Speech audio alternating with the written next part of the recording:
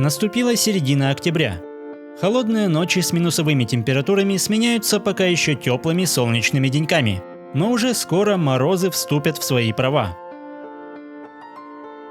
С момента моего визита и присутствия здесь медведя прошло около 10 дней, а значит, настало время узнать самые свежие новости животного мира.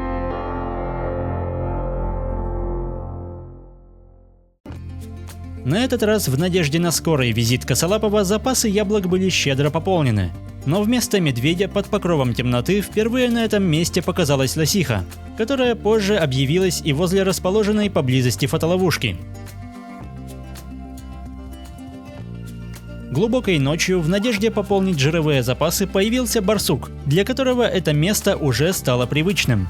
Однако, не обнаружив местных тайников, зверь отправился дальше. Следующей ночью он вернулся в то же время, с поразительной точностью до минуты. Но ничего свежего его чуткий нос не обнаружил. Поэтому внимание зверя переключилось на спелые яблоки, среди которых после тщательного обследования было выбрано самое вкусное. За неимением животного белка фрукты становятся неплохой закуской, поэтому яблоки с невиданным ранее аппетитом поглощались одно за другим, а ягоды черноплодной рябины дополняли вкусовую палитру.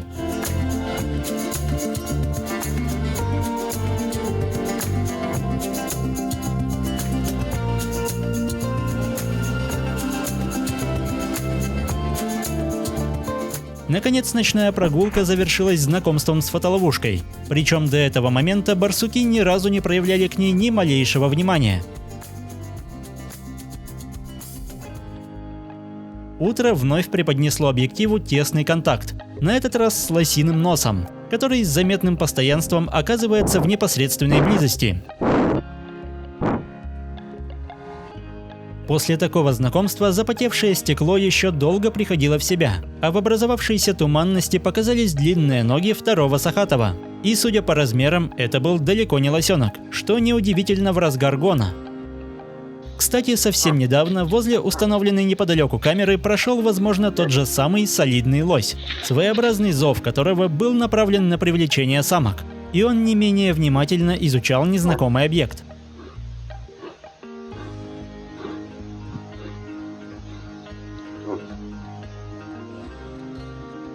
Вечерний барсук продолжал активно расправляться с яблоками, аккуратно вытаскивая их в более удобное для поедания место. На смену тучному поедателю фруктов пришла полевая мышь, запросы которой в силу размеров куда скромнее. Поэтому маленькие кусочки, оставшиеся без внимания крупных хищников, вполне сгодились для плотного ужина.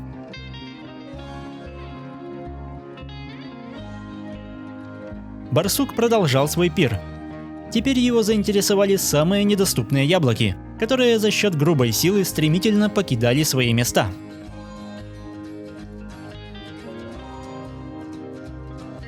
Внезапно на поляну заявился еще более упитанный зверь, за которым аккуратно следовал завсегдатай этого места. И, судя по реакции последнего, животные не были знакомы друг с другом. Обычно барсуки терпимы к посторонним, но если дело касается добычи, конкуренция может привести к выяснению отношений.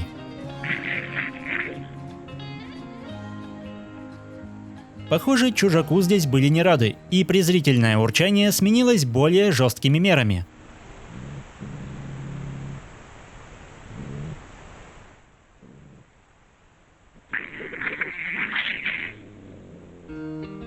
Что удивительно, здоровяк совершенно не собирался отвечать на нападки, но и уходить с богатого угощения места не торопился, за что и получил очередную порцию укусов.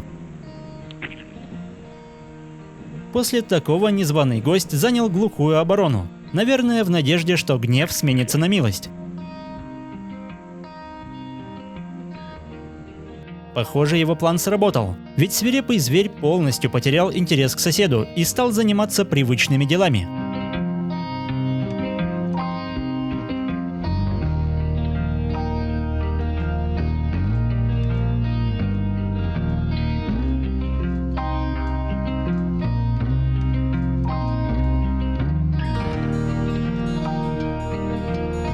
Судя по всему, перед камерой предстали самец и самка, ведь помимо скромных размеров, барсучиха отличается более светлым мехом и роскошным пушистым хвостом, который у самца на этом фоне выглядит совершенно невзрачным.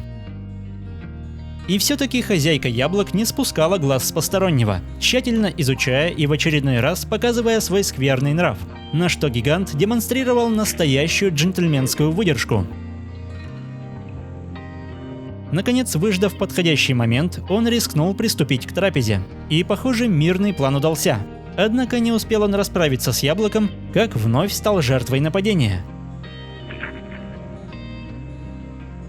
Невероятно длинный мех и толстый слой жира делают барсука весьма устойчивым к зубам других хищников, поэтому какого-то вреда от укусов себе подобный здоровяк вряд ли ощутил. И подставляя под удар более защищенные части тела, он невозмутимо продолжал набивать брюхо.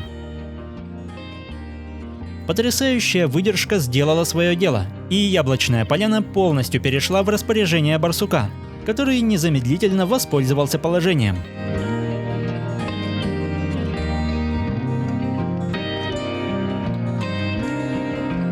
Вскоре соседняя фотоловушка зафиксировала приближение кабана, который оказался здесь не один. Небольшое семейство с уже подросшим молодняком чрезвычайно обрадовалось найденным яблоком, до которых еще не успели добраться голодные барсуки.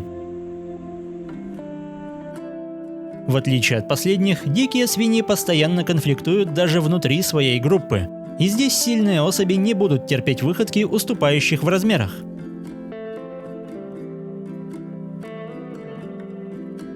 Драки в стаде случаются постоянно. Это могут быть шуточные поединки подростков, конкуренция за найденную добычу или же демонстрация более высокого социального положения в группе. Зима становится для кабанов тяжелым испытанием, ведь к суровым морозам добавляется сложность поиска пищи, которую приходится выкапывать из-под толстого слоя льда и снега.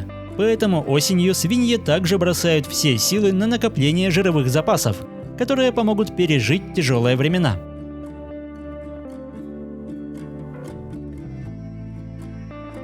Этой ночью стадо отметилось и возле основной камеры, но жалкие остатки яблок после ежедневной барсучьей трапезы не привлекли внимания банды копытных.